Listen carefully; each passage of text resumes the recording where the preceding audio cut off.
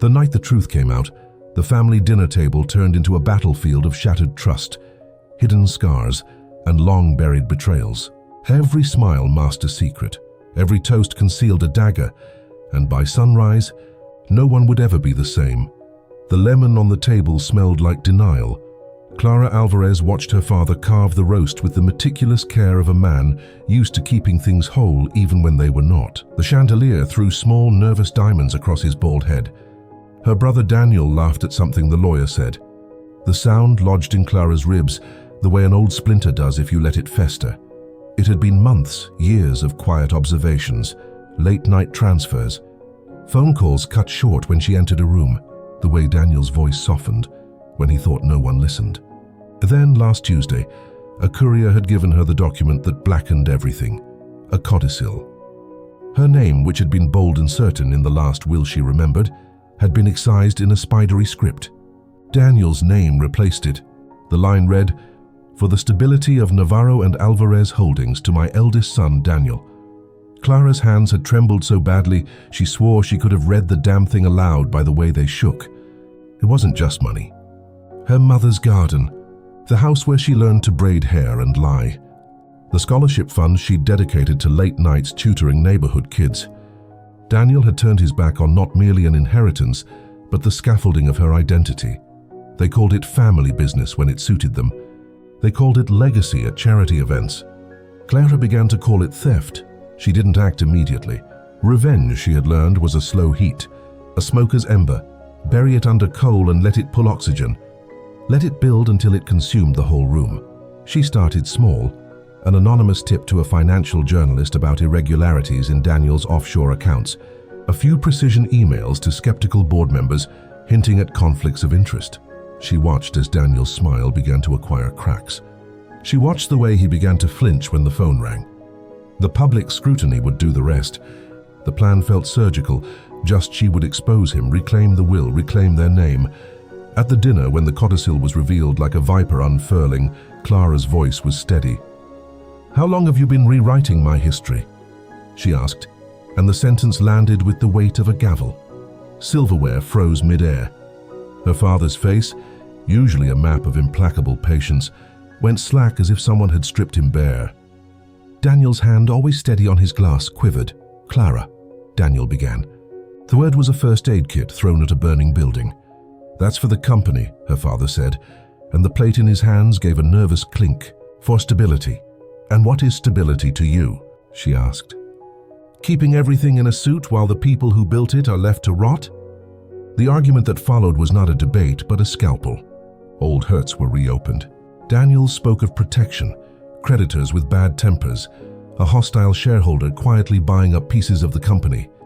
He painted a scenario where a single misstep would lead to a cascade that would take everyone, their names, livelihoods, the foundation, from under them. He claimed he had done it to shield them. Their father's face went pale. He clutched the music box that sat like an island in the center of the table, the carved walnut box that had been in the family for 3 generations, the one that had played their mother's lullaby every night when Clara was small. The box was small, intimate. Only Daniel and their mother ever wound it in Clara's memory. "You promised me, Daniel," Clara said. "You promised you would never—" "It was the only way," Daniel said. "I thought if they never knew, if the company stayed whole."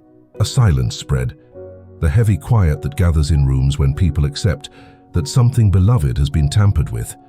Their father rose slowly, the old man's spine protesting with a sound Clara had never heard from him before. "Enough," he said. "We will discuss this after—" He didn't get to finish. There was a sound like a dropped cup, then the double thud of a body. Daniel lunged. Clara saw the white shock on their father's lips, the way his face turned the color of old wood. It was quick, clinical. The doctor who arrived later would call it a heart attack. The words in the ambulance smelled like hospital disinfectant and regret. Clara watched the paramedics wheel him away, and in the hollowed-out space where anger had been, something colder moved in, an efficiency that felt like air. The plan, she told herself, had not changed. The betrayal had caused this. She had the right to finish what she started. He'd worn the suit because his father still liked him in it. The gray cut him like ordnance. It kept him faceless in board meetings. He had made the call to the lawyer 3 years earlier. He'd signed the codicil with hands that knew how to close a door on danger. The company had been in Daniel's blood.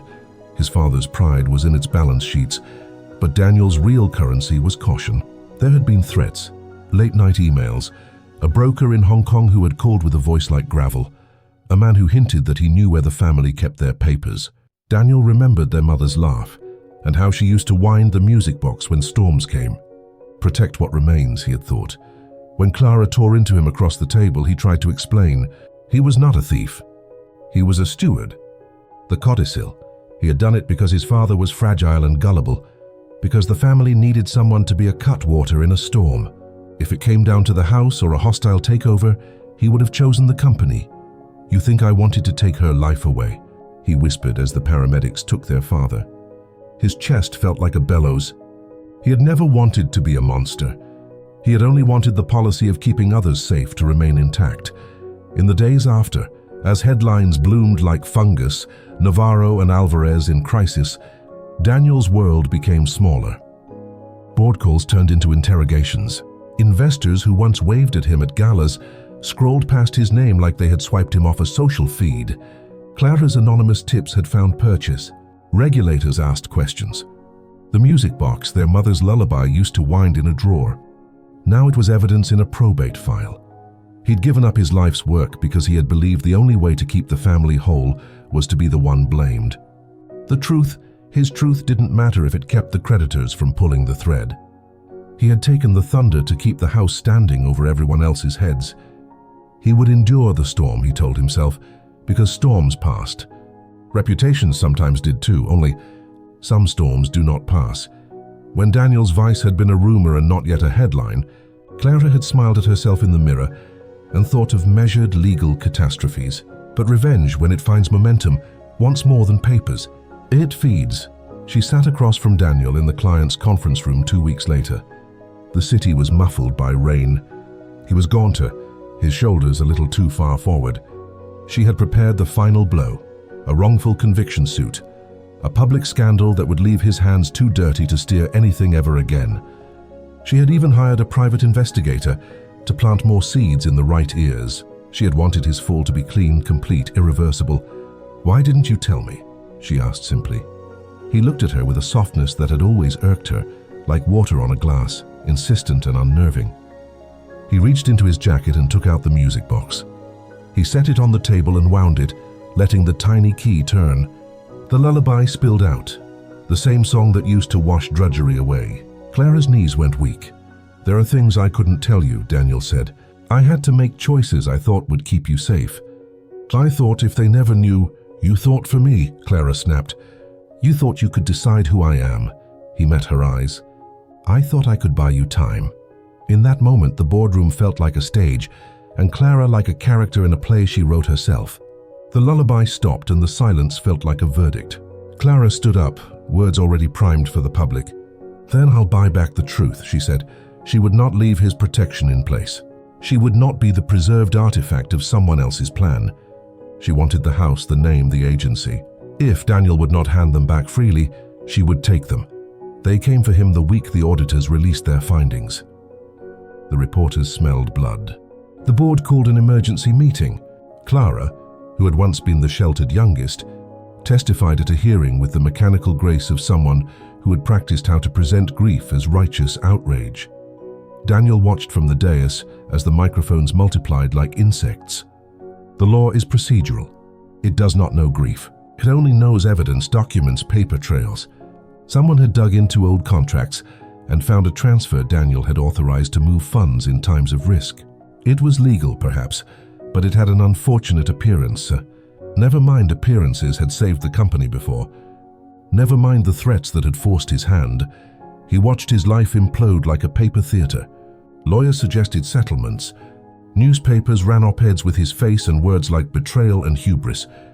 He took the worst of it, not because he wanted to be brave, but because it was the only way he could keep the company afloat long enough that Clara would still have a roof over her head if she needed it. In the middle of it all, he found a letter tucked in the music box. It was in his mother's handwriting, brown with age. She had written to him the summer before she died, before the disease. If ever things go wrong, Daniel, remember the garden. Tend it, tend them. There will be decisions you must make. Make them like you are making them for those you love most, not for yourself. He traced her loops with a finger that trembled for reasons beyond the weather. He had been trying to obey that instruction, tending, not taking. He had been the cutwater. He had been the man who would bruise his own name, rather than let the family fall apart in front of the whole world.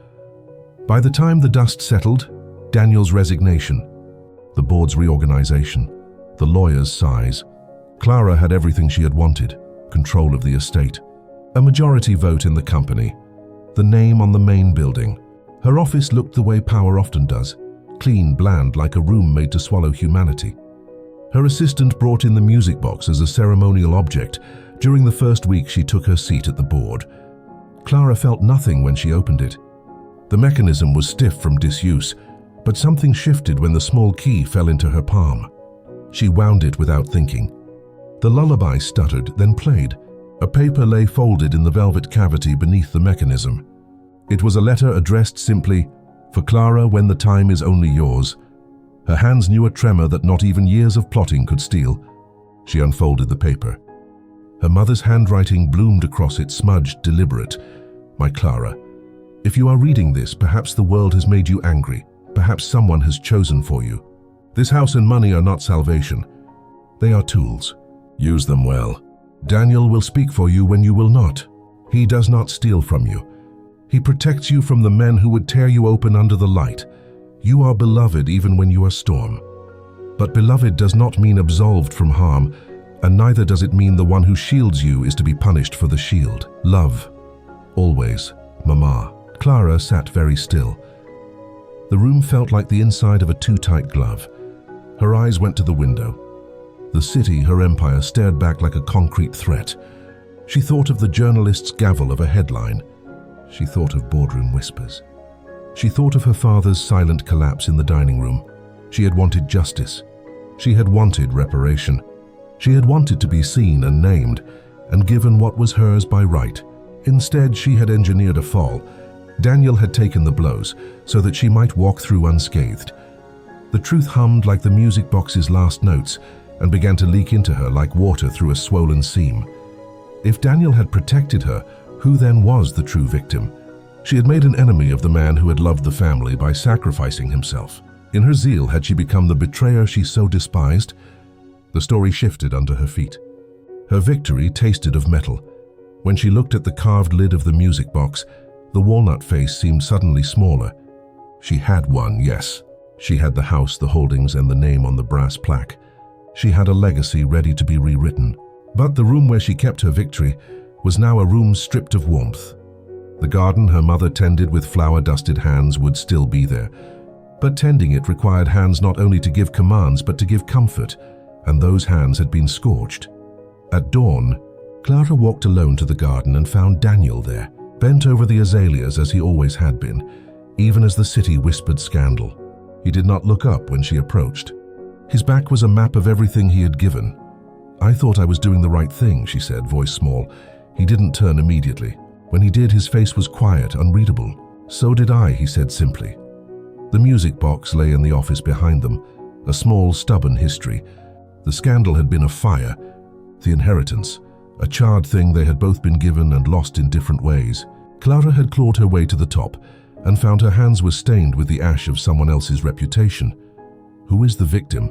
she asked the empty morning. Daniel looked at the soil and then at her. "Sometimes," he said, "there is only loss. Sometimes there are people who lose for the sake of others, and sometimes there are people who lose themselves in the attempt to win." Clara considered the sentence as if it might be a blade.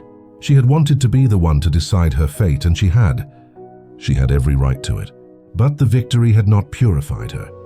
It had complicated the ledger of hurt. She had inflicted real damage on the man who had tried to shield them all. In the calculus of family, the neat morality of victim and villain blurred into grey. In the end, the twist wasn't a hidden will or a secret lover. It was a revelation more human, and therefore crueler. Vengeance had been a mirror. When she looked into it, she had found not justice, but an echo of herself, a woman who would not be given what she wanted and therefore took it violently, leaving behind collateral lives she never considered. She closed the music box slowly, the final note hanging in the air like a question. Was it worth it? Daniel asked. Clara didn't answer. She pushed her palms into the dirt and felt the damp earth, the smell of roots and rot. The garden would need tending. So would the people she had harmed. So would she. She had won the legacy. She had lost the family that had once defined it. And in that fracture, the true victim, if there was one, was not only who the world had called wronged, but the family itself, an organism severed by the very hands that swore to protect it. The music box clicked shut. Outside, dawn peeled back the night like a wound. Clara stood and began very slowly to dig. Thank you for watching. If you enjoyed this story, please like, share, and subscribe for more gripping tales of betrayal, family, and redemption. Your support helps us bring more unforgettable stories to life.